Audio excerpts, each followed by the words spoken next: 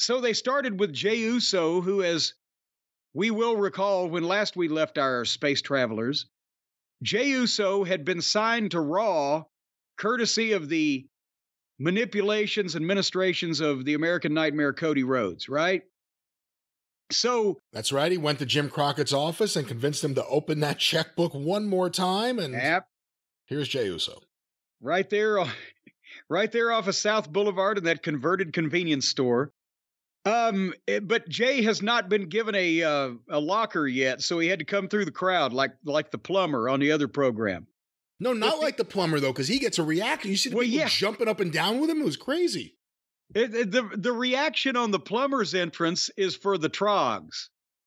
The reaction on Jey Uso's entrance, they had signs. They were happy about it. They were doing the waves. And, there was jubilation in the air, in the atmosphere, and the Uso chants and blah, blah, blah. And he gets in the ring and vents a little bit about having to fight his family every week, over on the other program on SmackDown, but Cody called him, and now he's on Monday nights by himself. And here comes Sami Zayn's music. Sami Zayn, I think if Sami Zayn had only been partners with Zbigniew Brzezinski in the old days, they could have solved every bit of the peace problems around the world. Because Sammy's always the conciliator, right? And he's telling Jey, hey, you're going to have enemies in the locker room. People are going to be upset about what you've done in the past, but I'm happy you're here. And he said, I'm proud of you, Jey. And he offers his hand. And Jey won't shake. And Sami said, okay, that's fine. I understand. You need some time. I'll give you some time, whatever. He turns around to leave. And Jey calls him back. And they hug each other. And it gets a big pop. And then Jey walks back to the back where he didn't come from. I guess he left his bag in the back, and then he traveled around to the front of the building, come through the people. But now he's walking to the back. And he goes past Drew McIntyre, and they have a face-off. And then Sammy's telling Drew, now, come on, he just got here. And then Riddle comes out and makes a mean face at Jey. And Sammy's like, come on, he just got here now.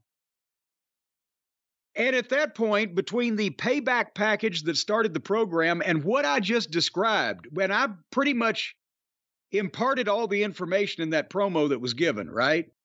The basic points, that was it. I mean, it took a few minutes to get there. They gave it some time, but yeah. That's what I'm saying. We were 17 minutes into the show between the package and this interview where they hugged each other. So Sammy again, the peacemaker over here, and Jey is now on Raw. Your thoughts? I thought it was an okay segment. The crowd was really into it. And also, if Jey Uso is going to be on Raw, you kind of have to get this out of the way right now. Do you think it was a little stagey when... because have you noticed now, in the WWE television universe in the past, they always micromanage these things so nobody is in the way of a shot and nobody's going down the ramp one way when somebody's coming down the ramp the other way, unless they are supposed to have pre-planned and potentially stagey looking interaction. But now, over the past few weeks on this program and or SmackDown, people are just meeting in the aisleway all over the place. Have you noticed that? I have noticed that, yes. It's one of the writers get an idea. It's the place to be. Well, the writers get an idea, and then every other writer steals the goddamn first writer's idea, and they're all doing this. Oh, that's good. I'll do that over here. I mean, that's Nevertheless. Joe and Punk.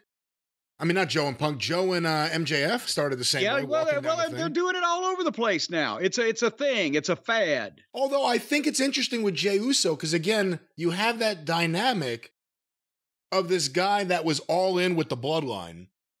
All of a sudden now he has nothing to do with them, and he's on his own, and he's a bit. And you know what? For everything you want to say about WWE, they still have classic baby faces in certain respects. Yes. And he needs the other baby faces to accept him. So I kind of like the dynamic of people that he's had problems with walking by him, and everyone's not going to just forgive him right away. Everyone remembers. Yes, I agree with that. And the Dusty turn, or the time when Ole turned babyface to then turn back on Dusty. He had to be a babyface for a year, and he had to get Mr. Wrestling 2 to like him, and he had to get Tommy Rich to like him. I'm not saying that's a bad thing. I'm saying suddenly they have started doing this thing that never, ever happens, where these people are walking past each other. And it always happens to fit the story perfectly.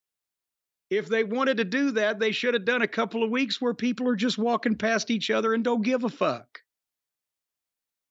That's what they're being obvious. That's obvious. Captain Obvious. All right. Major what's Oblivion? Major Oblivion. But we all work for General Disorders, so. That's right. All right. And Sergeant McCoy. Don't forget about Sergeant McCoy. Well, how can I forget Sergeant McCoy? He's the foot soldier in all of this.